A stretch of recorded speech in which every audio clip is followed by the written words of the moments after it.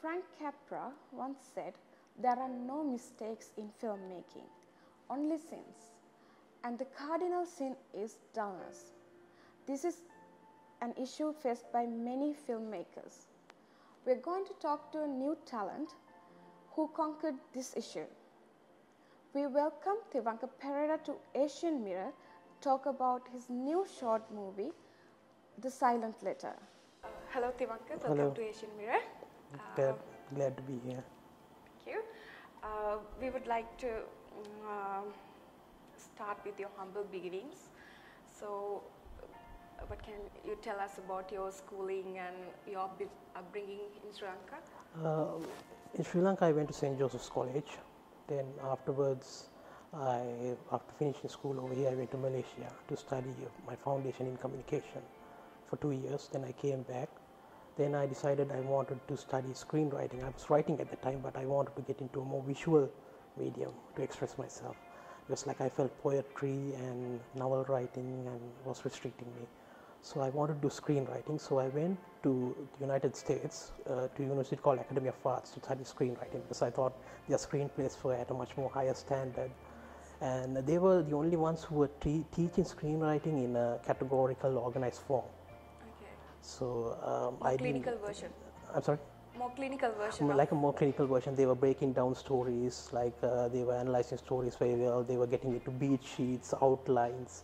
And back then I thought it was just about writing a screenplay, just like typing it out. But then I realized there was a whole, I think it's a skill that needs to be learned. It's and it's a skill that needs to be learned, and talent is raw, but with skill you need to learn the skill, and then with the combination of talent and skill you can foster your screenwriting skill. You can get a better outcome. We can get a better outcome, yeah. It's rather an unusual choice because most people want to direct a movie, not to write a movie. Yeah. Or people don't write these days. Why writing? Well, writing, as I said before, like I just wanted to express myself, and with writing I wanted to get into a visual medium. But I wanted to master, it's like a pretentious term to say, but I wanted to master the screenwriting skills first, but then I wanted to get into directing later on. I'm hoping to get into directing later on. But I think mastering screenwriting, if you can write on the page, if you can write the scenes on the page, and if you can think it, you can film it later on, like Stanley Kubrick says. So I want to get into directing later on, but my passion remains for writing right now. I love writing so much, so but, I would just want to focus on screenwriting at the time being. Okay, you said you like novel writing. Have you done novels? I tried novels. Okay. I tried writing novels, okay. But it requires a lot more planning and outlining and stuff like that than a screenplay. A screenplay generally in American standards is supposed to be 120 pages. Okay, so one page is supposed to equal 1 minute, and you have for feature length. Yeah, for feature length film, it's supposed to be 120 pages. So for feature length, it's supposed to be 2 hours. So one page is equal to 1 minute. They have a rule like that where it's set up and all that, but it's a kind of an old rule, but it's still circular. So when you write a screenplay that's over 120 pages, they tell you that you are in trouble. Okay. So if you write a screenplay that's less than 80 pages, they say, okay, this is undeveloped. Maybe the characters are not developed as much. Maybe the plot isn't thickened. So you get various situations like that. It's more like you're putting your imaginary into like columns, no? Yeah, it's very structured. It's structural. That's the thing. So the thing is, what I realized was I was reading. Okay, so like basically we have all these rules, but these rules were made by Hollywood to produce a marketable film. That's the structure they came up with gradually, the 3X structure, even the 3X structure. You mean more like commercialized? Commercialized stuff, but if you take art house films, they don't have this screenwriting structure. But if you get more commercial films, you can point out these beats, like you can find the 3X structure in the films and stuff like that. But so there's a difference. But if you want more freedom, but I would suggest, working outside the Hollywood system, outside the commercial system. But when you're screenwriting, sometimes in Hollywood, you have to follow these rules in order to be successful. It's not something I made up, it's something they made up. I think it's because they have to find a producer. They have to find a producer, they have to find something commercial, and most of the times they want the characters to follow certain rules, they want the character to be likable. That's one of the main things that they taught me at school. You have to have a character that's likable. I was like, why can't we have an unlikable, interesting character? but you know. You can't like go meet with Warner Brothers and say, hey, I want to an art house movie and I want to do that's this and that. exactly that's the situation. Yeah, because like they are looking at it from a much more commercial, and not that commercial movies are bad. They are doing it in a good way, but the thing is like when we want to do something, especially with our film, Silent Letter, when I was writing it at school, they actually asked me, Tivanka, you're not following the screenwriting rules. You know, you don't have the necessary beat sheets in this screenplay. Why is that? I said, okay, no, I'm not following the rules, but you know, I have a story. I have an interesting character. I have a crisis. Then I have a climax. Then I have a resolution. You know, All Greek rules. You know, I said that's enough. You know, you don't need all these interim rules. In you know, but they were like scoffing me. But I said, okay, I'll just follow it. They said, okay, we respect that. Okay, you know. But then the screenplay in 2016 last year got chosen as the best in the school. Okay. So that was one of the reasons why my father decided that he was going to produce it. My father loved the script, so I wasn't exactly enthusiastic about making it, but with my father's support, I said, okay, then we'll do it in Sri Lanka. Okay. We'll choose a director, and we'll shoot it in Sri Lanka. Okay. How did they react to your characters? Like I have seen the trailers, so they are very Sri Lankan rooted characters. There's a huge social discourse and there's a huge contrast between Sri Lankan culture and American culture.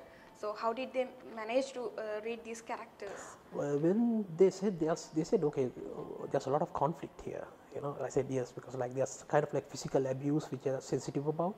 But I just explained the social context to them and said this was the situation.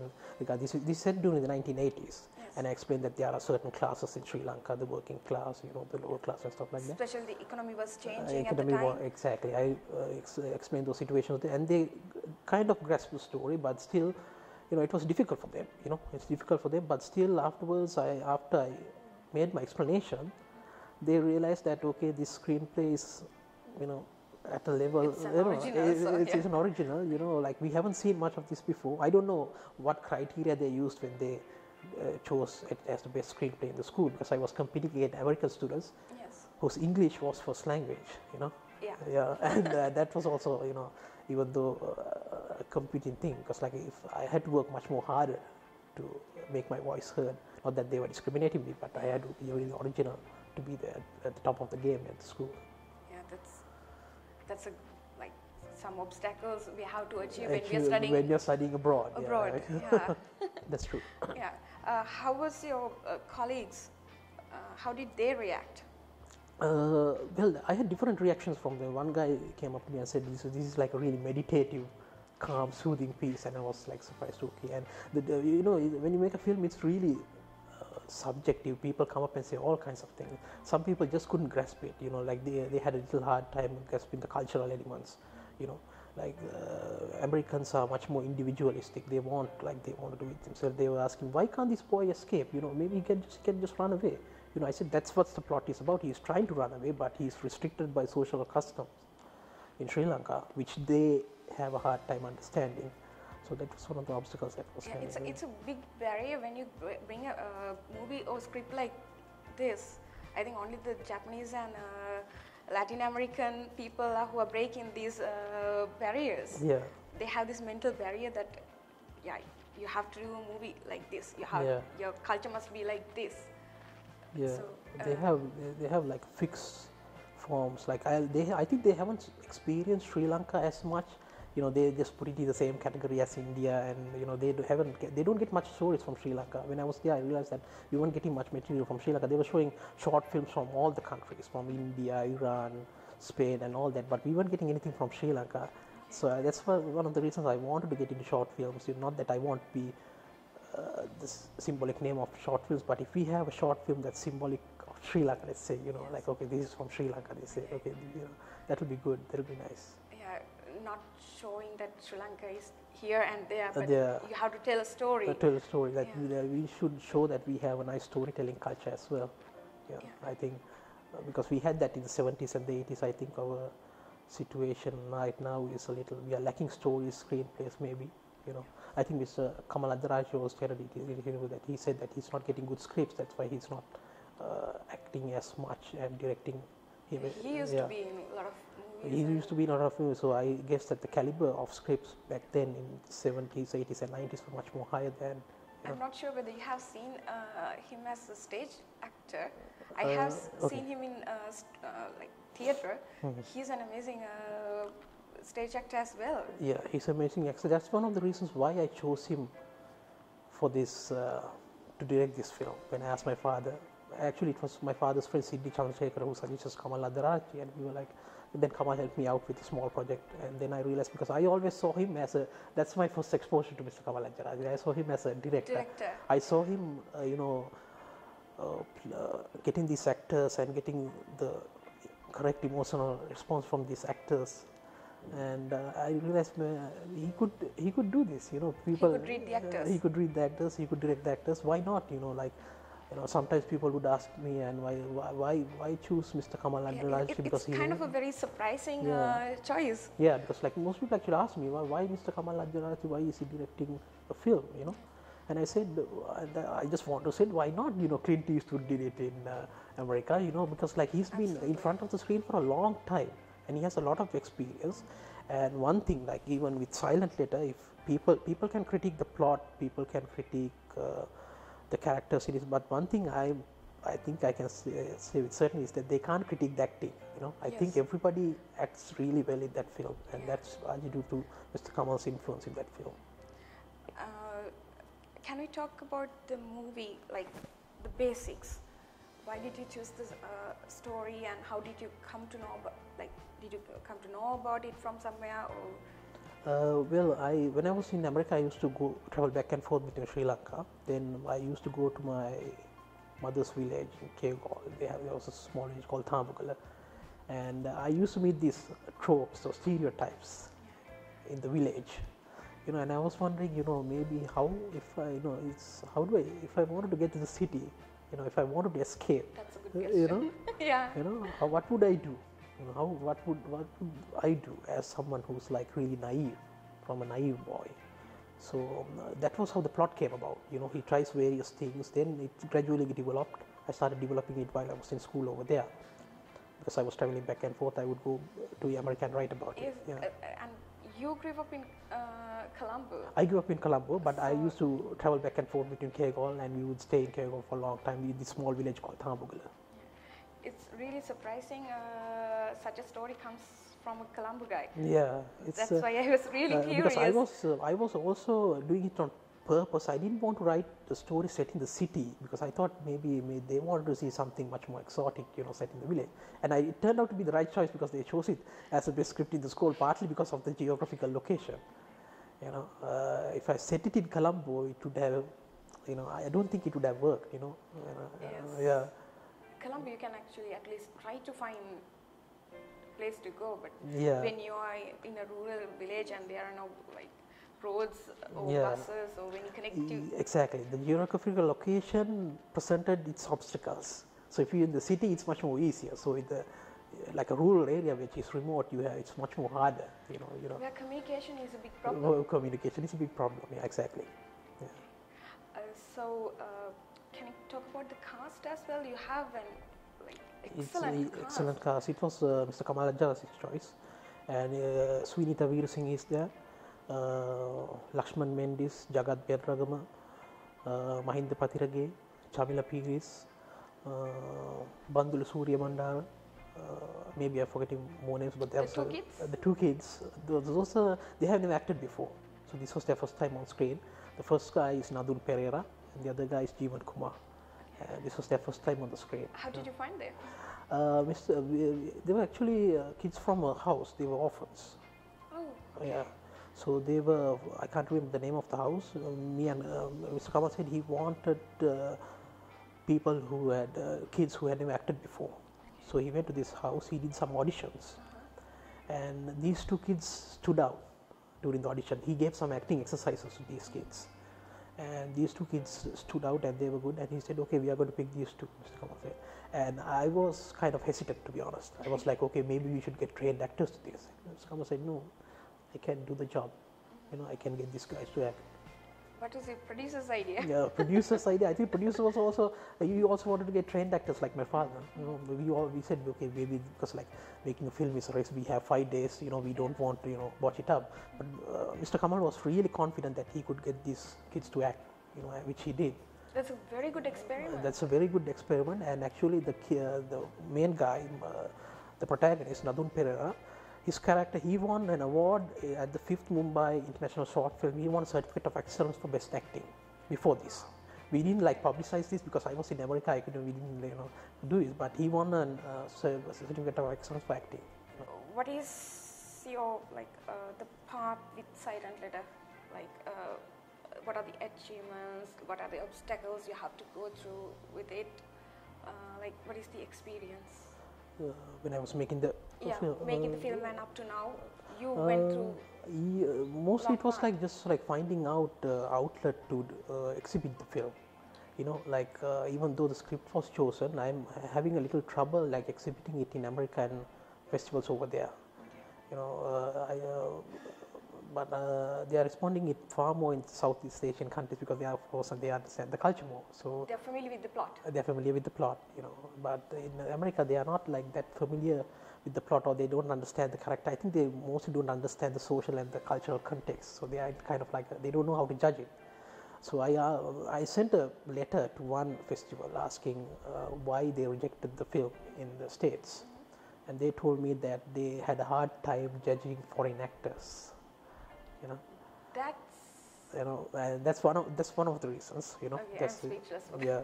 So they said they had because like there was a language barrier. So mostly like sometimes in America most of the people don't like to read films. They don't like to read subtitles. You know, I noticed that when I was in film school, like there was an aversion to watching foreign films because you had to read the subtitles. You know. But those were the best films. So I'm not saying that's maybe they had other problems with the film, but those were the kinds of obstacles we had to face. But they usually screen Japanese and French movies, right? In art house films. Yes. For the art house crowd, you know.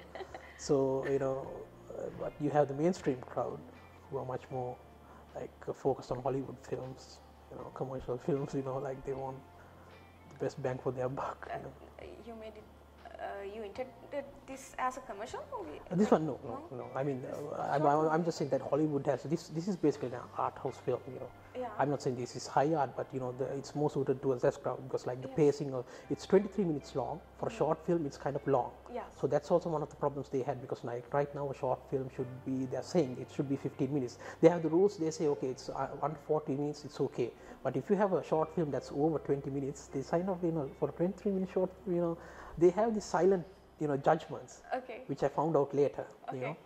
So this is 23 minutes. This moves at a fairly slow slow burn pace for a short film. So what I'm learning is that for an art which shouldn't have any rules, there are so many rules. There are so many rules. Yeah, there are so many rules. There are so many silent rules.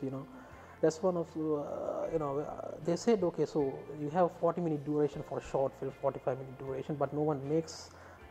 There's a reason why I think no one makes 40-minute short films. Some people do, but I mean, but when you submit it to those films, they say the attention span is getting shorter and shorter. So you just need to cater to that crowd. You are the artist, and you have the right to do whatever you like with your material. Yeah. There's a way you present. There's a way you present it. Yeah, exactly. Okay, how's the Sri Lankan reaction? The Sri Lankan reaction, that's what I'm interested in. I want to get this film out. We are basically discussing with various media outlets in Sri Lanka. I would like to, what I'm most concerned about is the Sri Lankan reaction. Okay. Then I'm glad it won in India, and glad it was. And also I want to mention that it was picked up by Shorts TV, which is like the leading distributor of short films worldwide. They collect short films worldwide, and this was picked up. And this is actually one of the first and only film that was picked up from Sri Lanka. So that's something I'm proud of because like they understood the story. So I'm glad that was from a European distribution company. So they understood it. So. But yes, I'm much more concerned about the Sri Lankan reaction to the film. Have you screened it in Sri Lanka before? No, I haven't screened it yet. So that's what we are thinking. I'm trying to figure out a way how I can get short film into the screen. Maybe we can tag it with another longer film or something like that. We have to figure that out. And then there are distribution limitations because like I gave it to the distribution company for 3 years, so I had to discuss it with them whether I could screen it in Sri Lanka at a public place or what are the rules. So if the American and European experience is like that, what do you think Sri Lankan experience would be like? This is not a short film, or this is too much, or do you think there could be a reaction debate like would be there could be there could be a reaction like that. People would say that this is not a short film. That's a reaction I'm much more interested in. I want to see what the reaction would be, so I can't judge, because like I'm hoping it will be a good reaction, because like we got a solid story. Okay. So I want to see what people think about the story, especially the Sri Lankan audience. Usually we ask this: are you a career filmmaker? Not yet. Not yet. I'm just starting out. This is a good encouragement for me. Like this came out of the blue. Even Mr. Kamal was surprised when he heard that we won in New Delhi, because like the festival had 400 submissions from worldwide, and they narrowed it down to 100. Then they chose 40, and from that 40 we got chosen.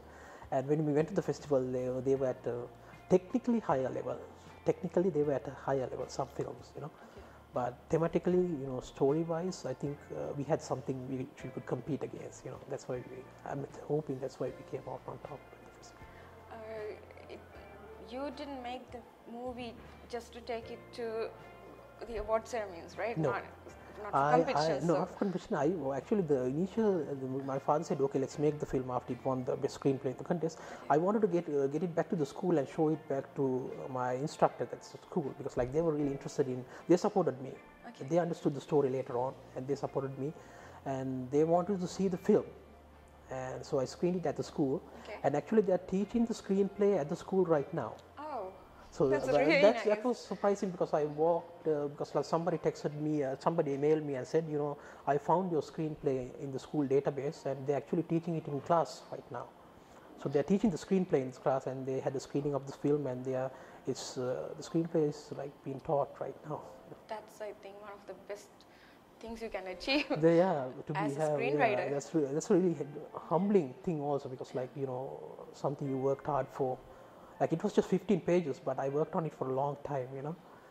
But I did at the school. I think they are just proud that I am a product of their school. And they want something to exhibit that someone made from their school. Yeah, that's the thing. We want to expose this to our audience as well. Yeah.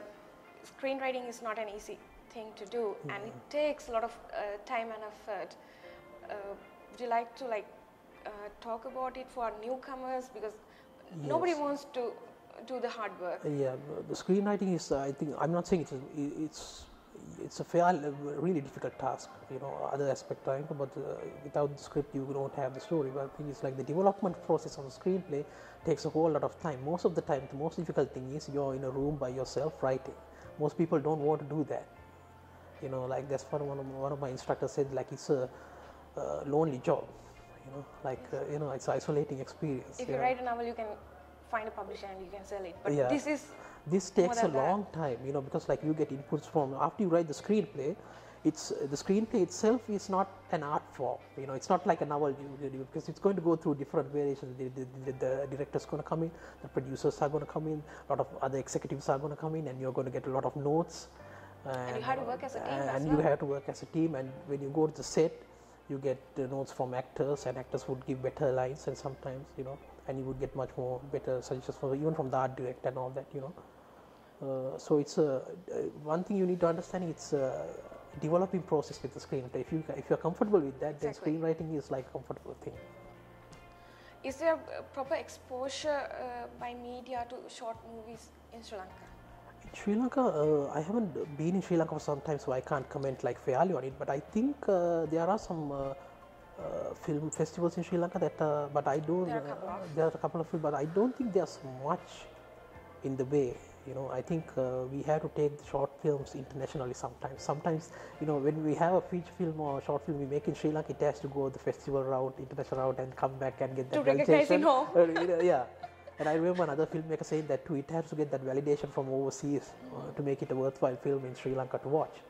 So I think that's one of the obstacles we have, as short film and feature filmmakers. Feature films as well, yes. So, do you have any plan to address these obstacles in future? Yes, I'm trying to make a collection of short films, specifically short films. We don't have a national database for short films. Short films, yeah. There are award-winning short films in Sri Lanka. In Sri Lanka, yes, there's a lot of talented filmmakers, a lot of short films, and I don't think they are getting the exposure. Yes, we hardly get to see anything like. They are not getting the exposure they deserve, But I'm not. I want to make a collection of short films which I want to take abroad, overseas, to the United States, hopefully. So I have another short film in mind. It's called The Cobbler's Son Wears No Shoes. It's a short script I wrote, and hopefully I can start shooting by next month. We are targeting various film festivals with that because it has to go that route to come back to Sri Lanka. So you started a short movie as a base for feature length? Yes, I'm currently I have 2 feature length scripts which I have submitted to various parties in the States. One feature script got chosen for the Michael Collier Screenwriting Fellowship, organized by the Writers Guild of America. That's so it got into the finals. I got into the top 3. If I won that, I would have won, like a $10,000 scholarship to write a screenplay for one whole year. So that's their way of encouraging screenwriters over there. They have those organizations. But I narrowly missed out. I ended up in the top 3. So, but that was encouraging. But currently, I'm developing a feature-length screenplay with Mr. Chandram Ratnam. It's called Man Eater. It's a period film set in the 1920s. It's about a hunter who tries to hunt down this elusive tiger that's rotted his family. It's like action adventure drama that's set in the 19th colonial times in India. So I'm currently developing that with Mr. Chandram Ratnam. Is it like R.K. Narayan's? I'm sorry? Is it like R.K. Narayan's book about the tiger? I can't remember that title. Tiger from Malgudi or something. There's like a lot that. of tiger stories out of India. Out in India. I get confused, but I was more influenced by this film called The Ghost and the Darkness that came out in the 1990s with Michael Douglas and Val Kilmer. Then I was inspired by a story in Sri Lanka called The Man Eater of Punanai. Yeah. Okay. So originally we had the script set in Sri Lanka, but because of the location issues and stuff like that, I was talking out with Mr. Ratnam, and he was saying that I initially had a leopard in my script, and he said Tivanka, a leopard can't be shot. Leopard, it's hard to film leopards. You can hardly see. You can hardly see them. You have to be practical. So I said we should change it to a tiger. So we changed it to a tiger. So obviously it had to be India afterwards. Yeah. So we are currently in the phase of developing that script. Hopefully, if everything comes together, we can start shooting next year. But that's a bigger project. Okay. Is it going to be a commercial movie? I wrote it. It has commercial. Theme. It has that commercial touch. The tagline, the summary, the logline. The concept is commercial. But the way I wrote it, it's much more. I'm going back to my old, so-called art house themes. So I had to find the fine balance between the two. You have the proper academic background. Will you able to join to educate our young screenwriters? I was thinking of that. People have been asking me, because what I want to do is I want to get more experience in the field beforehand. I have academic background, but it's like practical knowledge is important. You can there are people who have practical knowledge more than me. So I have the academic background, but I need more practical exposure. Because this was like unprecedented because, for me, because I didn't know it was going to win. So, but it encouraged me. This is like a good starting point for me. So now I'm encouraged to make more short films. Keep going. That's really what an award does. You're a documentary filmmaker as well, right? Yeah, I started out making some documentary wildlife documentary films, and we did this little one called The Devil Bird of Sri Lanka. The owl. Video. The owl video. We shot it at the zoo. And then later on, I submitted it to YouTube, and it was just there, you know. And I don't know if the people was watching it or not. Then Richard Dawkins wrote that book called The God Delusion way earlier, and he referenced the Sri Lankan devil bird in that book. So people would go to Google and type Sri Lankan devil bird, and this video Yes, this of mine, comes up. this comes up. And it turns out this was the only documentary on the Sri Lankan devil bird. So it became really popular, and now it has like 95,000 hits, and it's picking up on YouTube all of a sudden. Check you it know. out. It's Yeah. really nice. Yeah. And there's another one about kingdoms. I did another one on an owl, two owl babies. It's called Brownwood Owl Journal's Journey, and that was actually nominated for a few festivals as well. It was shown at the Wildlife Conservation Film Festival in New York. And it was, we basically discovered these two baby owls in a tree by accident, and I said, let's film this, you know. So we filmed it for 3 weeks, and the whole story is there in that small documentary. And it got nominated for a few film festivals as well. That's my start as a documentary filmmaker. You know. You're a film critic as well. I did, I did some film critiques when I was You back have the in, materials to be a critic as. Yeah, I did when I was starting. I think it was back in 2011, 2012. I was looking. I met Mr. Darun Siribandanayake, and he helped me. He exposed me to all Sri Lankan films, and I was fascinated by them because they had such solid storytelling. You know. Absolutely. And I decided, okay, I'm going to write some critiques on Sri Lankan films as well as international old classics. And that's basically my background as a film critic. So finally, what can you tell to our audience with your films, and what is the message you can give to them? The message with my films I want to give is like, I want to give like a, not like, you know, I want to give a good message, like a good theme that people, something that people can take away after they watch the film, you know, maybe make them think a little bit, you know, not entertainment at that point, but you know, they see the film and they realize maybe there's something more, maybe we should go and watch it again, you know. I want to have that effect on the audience. Hopefully this film has that, you know, that's one of the reactions I'm hoping Silent Letter will have on the Sri Lankan audience. We wish you all the best with your movie, and thank you very much again for joining. Thank you for having me. Thank Thanks. you. AsianMirror.lk